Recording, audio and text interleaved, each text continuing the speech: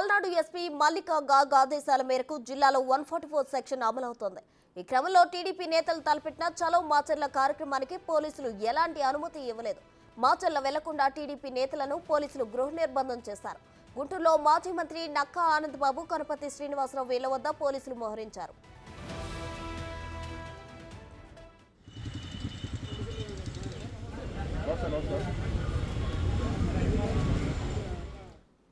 కాగా పోలింగ్ మరుసటి రోజు నుంచి జూలకంటిని గృహ నిర్బంధంలోనే ఉంచారు పోలీసులు. అటు గొల్లపూడిలో మాజీ మంత్రి దేవినేని ఉమను కూడా గృహ నిర్బంధం చేశారు.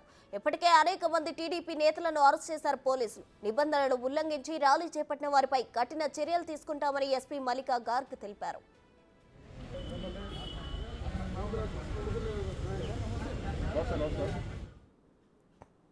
మరిన్ని వివరాలు మా ప్రతినిధి శివ ఫోన్ ఇన్ లో అందించడానికి సిద్ధంగా ఉన్నారు. శివ, చెప్పండి. అయితే మాచర్ల చలో మాచర్లకు ఏదైతే టీడీపీ పిలుపునిచ్చిందో దానికి సంబంధించి పోలీసులు అయితే గృహ నిర్బంధం చేపట్టారు. దీనికి సంబంధించిన డీటెయిల్స్ ఏంటి?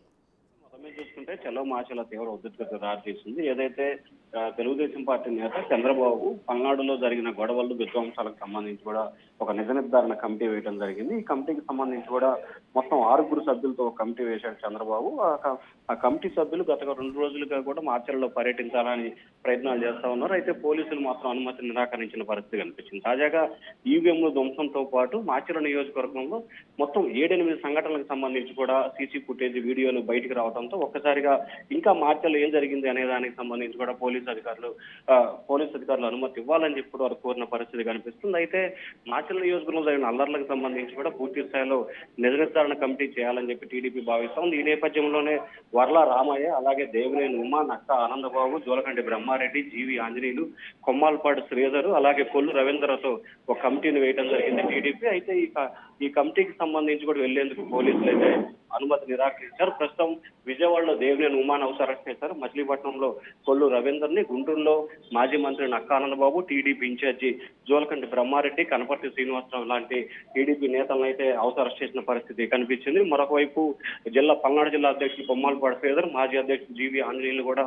వినుకొండ, పెదపురపాడులోని వారందరినీ కూడా అరెస్ట్ చేసిన పరిస్థితి కనిపిస్తా ఉంది. ఎవరైతే తమ అనుమతి లేకుండా చలో మార్చలు కలుస్తారో కఠిన చర్యలు తీసుకుంటామని చెప్పి జిల్లా ఎస్పీ ఇప్పటికే స్పష్టమైన ఆదేశాలు జారీ చేశారు. ఎందుకంటే మార్చల్లో కొంత ఉద్రిక్తత వాతావరణంతో పాటు 144 సెక్షన్ అమల్లో ఉన్న నేపథ్యంలో ఎట్టి పరిస్థితుల్లో కూడా మార్చలకు వెళ్ళడానికి వీల్లేదని చెప్పి కూడా ఎస్పీ అయితే స్పష్టమైన హెచ్చరికలు జారీ చేశారు.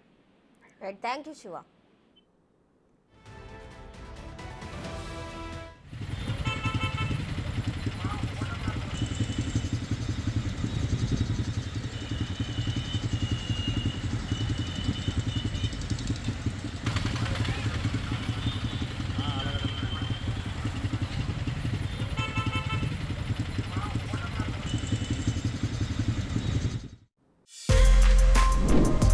For more videos like this, subscribe Big TV channel.